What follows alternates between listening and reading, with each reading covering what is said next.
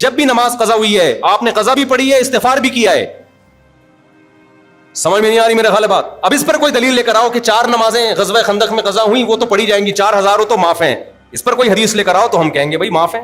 حدیث میں نہ 4 میں فرق ہے نہ 4000 میں کوئی فرق ہے. تبھی یہ مسئلہ بھی اجماعی ہے. یہ تو اب اہل حدیثوں نے شروع کر دیا, ورنہ صدیوں سے اس پر اجماع ہے. امام احمد بن حنبل صرف اس کے قائل تھے کہ نماز قضا کر دی تو توبہ ہوگی, قضا نہیں پڑ. وجہ اس کی ہے وہ کسی اور بیس پہ, وہ اس لیے کہ جب ان کی نظر میں جو قضا کر دے وہ کافر ہو گیا, اس کو مسلمانوں کے قبرستان میں دفن کرنا ہی جائز نہیں ہے, اس کا تو نکاح بھی ٹوٹ گیا. وہ کہتے ہیں اب جب توبہ کرے گا تو دوبارہ مسلمان ہوگا, تو وہ حالت کفر میں چھوڑی ہیں نمازیں اس نے, جبکہ ہم اس کو کافر نہیں کہتے, جمہور اس کو کافر نہیں کہتے. تو اگر آپ نے یہ کہنا ہے نا کہ قضائے عمری معاف ہے تو پھر مانو کہ پھر وہ کافر تھا. پھر جب کافر تھا تو اس کو قبرستان میں دفن کرنا بھی جائز نہیں تھا. کسی امام کا قول لیتے ہو تو پوری تفصیل کے ساتھ لو. یہ نہیں ہوتا کہ قضا والے مسئلے میں ابو حنیفہ کا قول لے لیا اور کافر والے مسئلے میں امام احمد کا قول لے لیا. ایسا نہیں چلتا مارکیٹ میں. نہیں آ رہی میرا خیال ہے بات سمجھ میں؟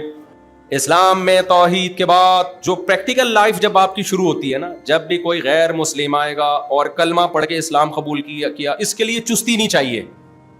کلمہ پڑھنے میں کوئی محنت لگ رہی ہے؟ کلمہ جب دیکھو کوئی غیر مسلم کنورٹ ہو کے اسلام میں آتا ہے تو کیا طریقہ ہے اس کا؟ وہ کنورٹ ہونے میں اس کو جو خاندان کی طرف سے مصیبت ہو ایک الگ بات ہے, لیکن اگر خاندان کی طرف سے کوئی مصیبت نہیں ہے تو چستی چاہیے ہے بھائی. وہ آئے گا بھائی لا الہ الا اللہ اشہد ان لا الہ الا اللہ واشہد ان محمد عبدہ ورسولہ, میں اللہ پہ, اللہ کے رسولوں پہ, فرشتوں پہ, تقدیر پہ ایمان لایا. میں ہندو ہوں تو ہندو مذہب کو چھوڑتا ہوں, عیسائی ہوں تو عیسائی مذہب کو چھوڑتا ہوں, یہودی ہوں تو یہودی. اس کے لیے کوئی ٹینشن نہیں. لیکن اب ٹینشن شروع. جیسے ہی کلمہ پڑھے گا, اگر کسی صحیح عالم کے ہاتھ پہ کلمہ پڑھے گا تو عالم سب سے پہلے اس کو حکم دے گا غسل کرو. کیا کرو بھائی؟ مستحب ہے کلمہ پڑھنے کے بعد سب سے پہلا کام کیا کیا جائے؟ پراپر غسل. اب کیا ہوگا جی؟ وقتی نماز. کیونکہ اب کلمہ پڑھنے کے بعد جو نمازیں ضائع ہوں گی وہ زندگی بھر تمہارے کندھوں پہ قرض رہیں گی. یہ جو قضائے عمری کا کہتے ہیں نا, کوئی حدیث نہیں ہے قضائے عمری پر.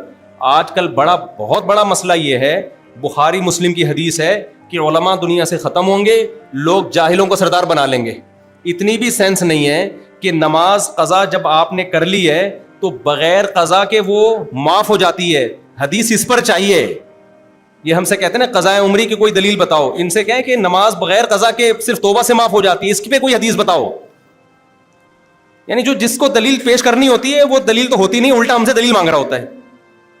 جب کسی کا کسی پہ قرضہ ہوتا ہے, وسیم بھائی نے غفار بھائی سے قرضہ لیا 1 لاکھ روپے.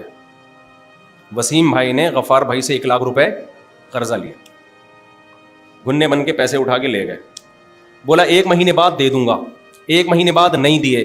غفار کو آیا غصہ, اس نے سنائی صلواتیں.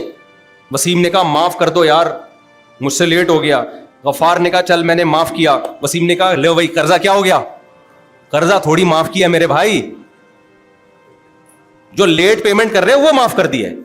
اب میں گیا وسیم کے پاس, ابے تو غفار کے 1 لاکھ روپے کھا کے بیٹھا ہوا ہے, دینا دینا بھائی تو غفار جواب میں کہتا ہے, نہیں وسیم جواب میں کہتا ہے کہ اس پر کوئی دلیل لے کر آؤ کہ غفار نے یہ بھی کہا ہے کہ میں اسے 1 لاکھ روپے لوں گا, کیونکہ اس وقت اس نے ایسا کچھ بھی نہیں کہا تھا, لہذا وہ معاف ہو گئے. تو میں کہوں گا دلیل تیرے ذمے ہے کہ تو یہ کہے کہ غفار نے کہا کہ 1 لاکھ نہیں لینے ہیں, میں نے معاف کر دیا. تیرے پاس کوئی گواہ ہے تو پھر پیش کر, ورنہ اصل تو یہی ہے کہ جو جس سے پیسے لیتا ہے ٹائم پہ نہ دے تو ٹائم کے بعد دینے پڑتے ہیں.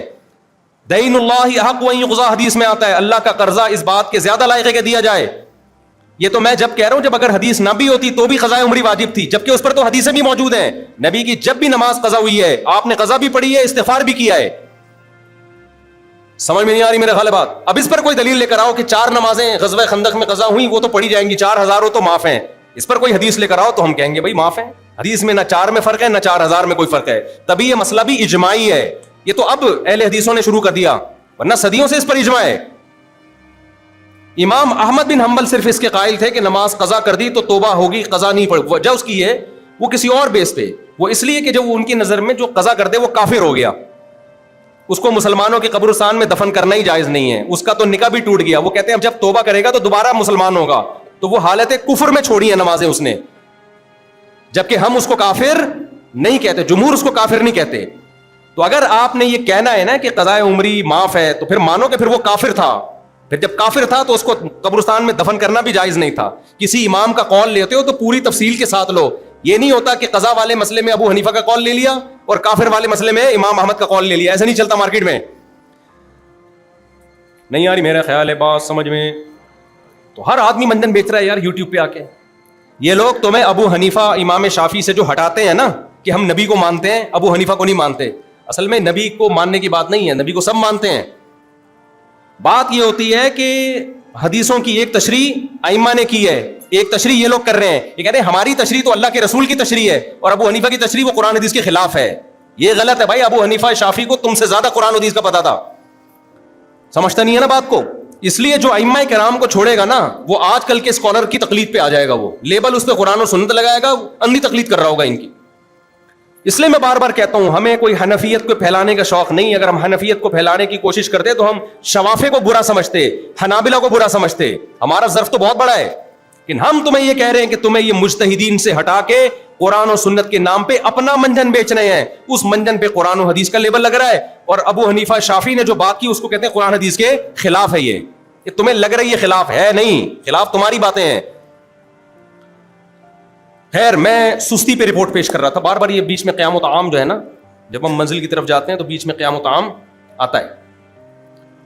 تو میں یہ عرض کر رہا تھا کہ دیکھو جب کوئی غیر مسلم کلمہ پڑھ کے مسلمان ہوگا, سب سے پہلے اب سستی نہیں چلے گی. سب سے پہلا کام کیا ہے؟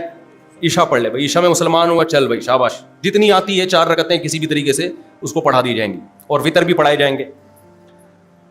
اب وہ جا کے سو گیا گھر میں, تھکا ہوا تھا جی, اسلام قبول کیا ہے, مبارک باتوں کے ہار ڈلے ہیں گلے میں, پھول آئے ہیں اور وغیرہ وغیرہ وغیرہ. تھک گیا, رات کو 3 بجے جا کے سویا ہے. اگر وہ فجر چھوڑے گا کبیرہ گناہ کا مرتکب ہوگا کہ نہیں ہوگا؟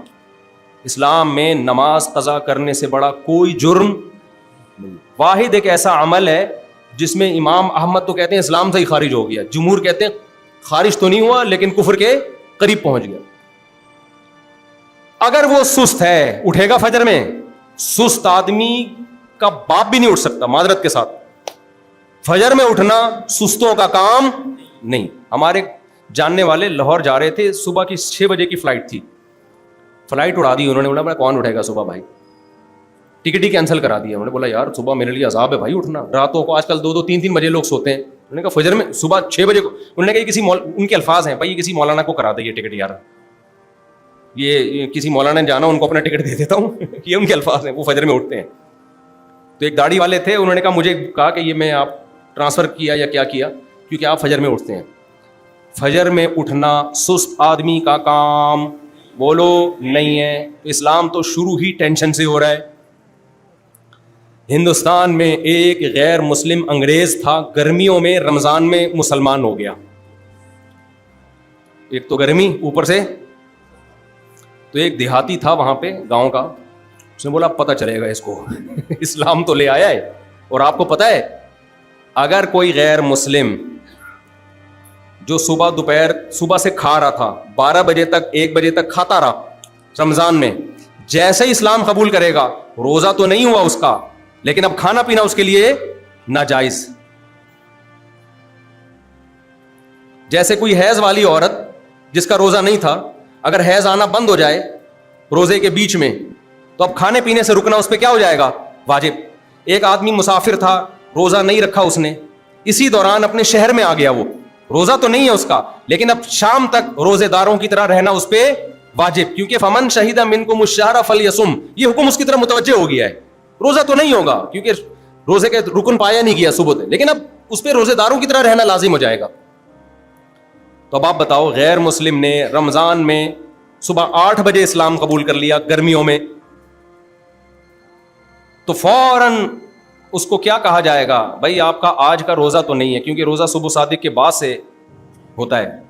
اگر کچھ کھایا پیا نہیں تھا تو پھر تو نیت کر لو, ہو جائے گا. کھا لیا روزہ تو نہیں ہوگا, لیکن اب آپ شام تک کیسے رہیں گے؟ سست یہ کر لے گا, کم ہمت ایفورڈ کر پائے گا. کم ہمت کہے گا ابے بھائی یار کیا کر رہے ہو, پسینہ نکل رہا ہے یار, آتے ہی چترول لگنا شروع, سر منڈاتے ہی اولے. یہ کہے گا کہ نہیں کہے گا؟ بھائی ابھی اسلام لائیں,